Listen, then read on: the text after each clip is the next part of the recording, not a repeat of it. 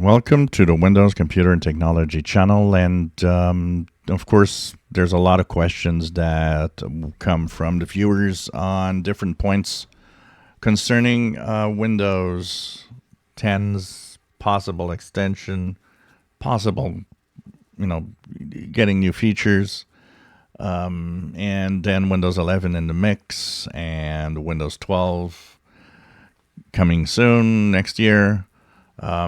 So we're going to go through each question bank with each operating system that it goes with, starting with Windows 10. So the first questions that came, a lot of people are like, yeah, if we get an extension, how long do you think it's going to be? Could it be very long? Typically, if there's an extension, and extensions to the end of life of the operating system with Microsoft is really an exception to the rule.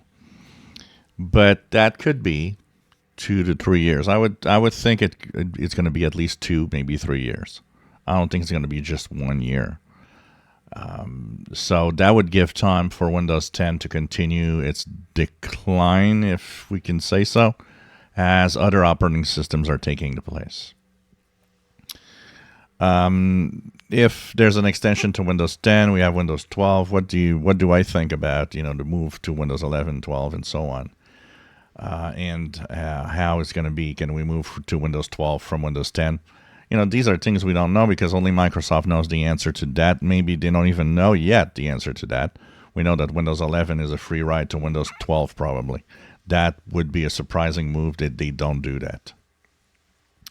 But would Windows 10 be a free move to Windows 12? Maybe. That would be a way to, for those, we talk about there's always that Windows version everybody jumps over. That'd be a move to jump over Windows 11. But of course, as long as you have the minimum requirements to do so, because the minimum requirements will probably be at least equal to what Windows 11 is asking. About the new features, about the future of Windows, could it be back to Windows as a service? And, well, it's still technically called Windows as a service, even though it has an end of support date. Anything can happen. I don't think that they're going to tweak Windows 10 that much. I think they're going to bring features that they want people to use that will be available in Windows 11 and 12. Copilot is a great example. Why not bring Copilot to the biggest base of Windows users so that they know what it is when they move to Windows 11 and 12? They'll know how to use it. That's definitely probably a good move, or maybe not. I don't know. I don't see Copilot being used that much personally right now. So that at least I think what we mostly need to look at with Windows 12 extension is the fact that your PC, especially the unsupported PCs, are going to be okay for a while. Going to be okay for a couple of years, at least 2 years, maybe 3. We'll see. Of course, that's if there's an extension. There's still no decision taken. But it's hard to believe that if they sit down and talk about it, that it's not going to happen. The other thing that is about Windows 11, a lot of people are like, okay, so Windows 11, what's happening with that?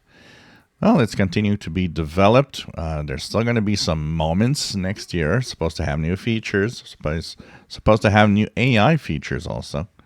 So definitely they're working on Windows 11 as a operating system that is still, something that's going forward. And if we take into account that there's a year before Windows 12 is here, Windows 11 still has that year to continue gaining ground and doing its thing. Maybe moving people away from Windows 10, I don't know, but we'll see what that year brings. But there will definitely be some new features and new tweaks. What's the end of life of Windows 11? There's no official date for the standard version of Windows 11. Typically, it's 10 years that Microsoft has given Windows all the time, so that would give it 10 years. So from, when it was actually released 2 years ago. So that would bring it to somewhere like 2031. But there's no real end of, support officially. Could that be mixed in? Could there be some change because Windows 12? Who knows? Is Windows 11's direction going to change? It's possible. We already see that Yusuf Mehdi seems to want to take a different direction. That will impact Windows 10, we now know, but it might impact Windows 11 and 12 also. The other question about, well, if they extend Windows 10, do we really need Windows 12? It's still something that we think is working on. They're working on, and we see glimpses here and there and hints here and there. Could it be delayed? That's one question. It's not impossible. Could it be delayed? Yeah, maybe. Windows delays have always happened in the past, and it could happen in the future. Technically, we're still thinking it's next year. We'll see. And does the new direction with Yusuf Mehdi think, it should be next year? That's the other thing. We have not had, but what are the discussions internally at Microsoft with Windows regarding the future of it? So this is also kind of interesting.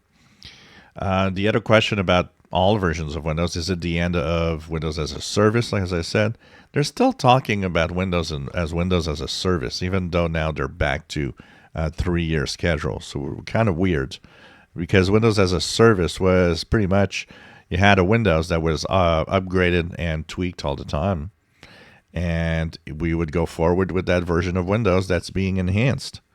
Now we have new versions of Windows, so Windows as a service is kind of not really what it is anymore, technically.